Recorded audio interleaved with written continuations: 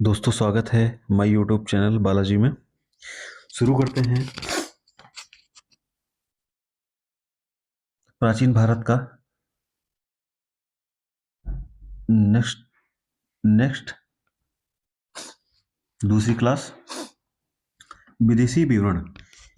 यूनानी, रोमन या चीनी इतिहासकार या राजनयिक तथा तीर्थ यात्रियों या नाविकों खोजकर्ताओं आदि आदि के विवरणों के द्वारा हमें महत्वपूर्ण जानकारी मिलती है। नंबर एक, सिकंदर के आक्रमण की जानकारी पूरी तरह से ग्रीक स्रोतों पर आधारित है।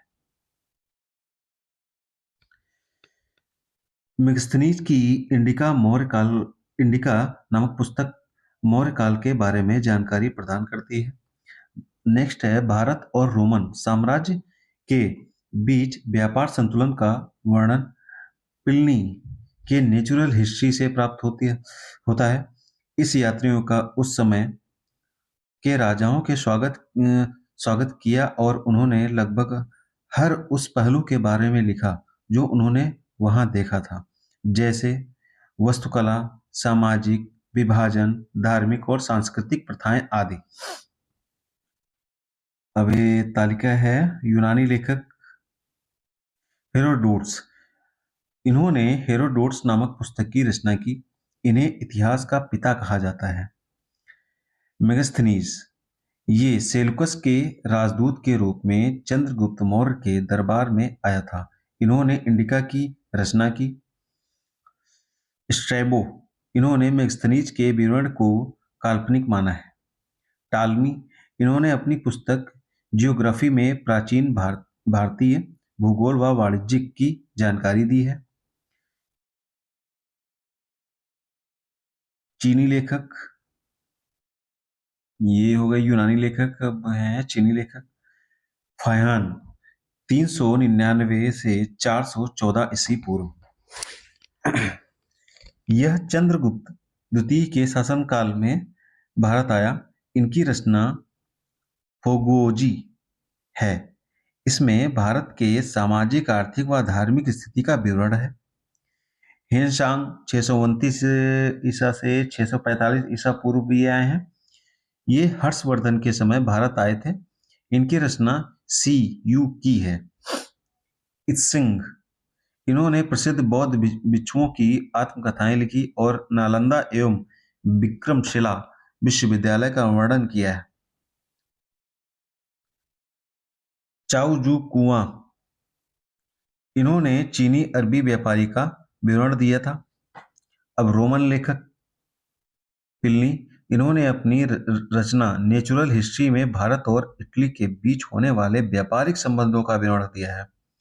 अरबी लेखक सुलेमान, 9वीं शताब्दी में इसकी रचना सिलसिला उत तवारीख है, जिसमें पाल, प्रतिहार व राष्ट्रकूट राज्यों का वर्णन किया है।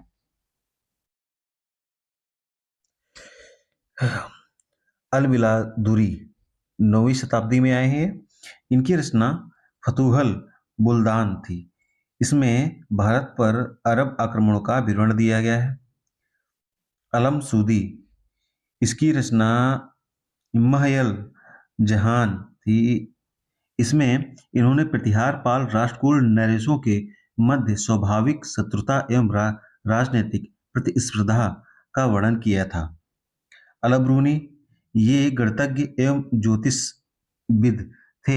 यह महमूद गजनवी के साथ आए थे जब महमूद गजनवी ने सोमनाथ आक्रमण किया था।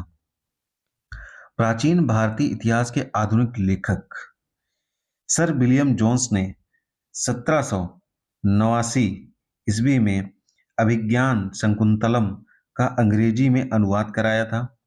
नेक्स्ट है 1785 ईस्वी में विल्किंस ने भगवत गीता का अंग्रेजी में अनुवाद किया। बेंसेंट अर्थर स्मिथ ने अपनी पुस्तक अर्ली हिस्ट्री ऑफ इंडिया में प्राचीन भारत का सुव्यवस्थित इतिहास प्रस्तुत किया है। प्राचीन इतिहास को जानने के लिए डी कौशाम्बी की कृति an introduction to the study of Indian history एक उत्तम स्रोत है। साहित्यिक स्रोत कौन से हैं इसमें? चार वेद, रामायण और महाभारत, स्मृतियां और धर्मसूत्र महाकाव्य, जैन और बौद्ध ग्रंथ, विभिन्न साहित्यिक संगम साहित्य, नाटक आदि साहित्यिक स्रोत के अंतर्गत आते हैं। ये स्रोत हमें प्राचीन काल की सामाजिक, सांस्कृतिक और राजनीतिक स्थितियों के बारे में जानकारी प्रदान करते हैं। भारत में सबसे प्राचीन पांडुलिपियां वृक्ष की छाली और ताड़ के पत्तों पर लिखी गई थी। कौटिल्य के अर्थशास्त्र में से हमें मौर्य शासन और उसकी अर्थव्यवस्था, राजनीति, प्रशासन और समाज का विस्तृत वर्णन मिलता है। पुराण से हमें गुप्त शासन तक के राजवंशीय इतिहास की जानकारी मिलती है। पुराणों की रचयिता लोमहर्ष थे।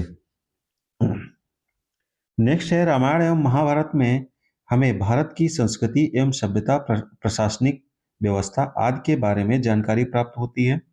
रामायण को चतुर्विंशति शास्त्री संहिता तथा भारत को जय संहिता के नाम से भी जाना जाता है। नेक्स्ट है ये स्रोत भाषा, लिपि और लेखन शैली के उपयोग के संदर्भ में भी जानकारी प्रदान करते हैं। Thank you so much.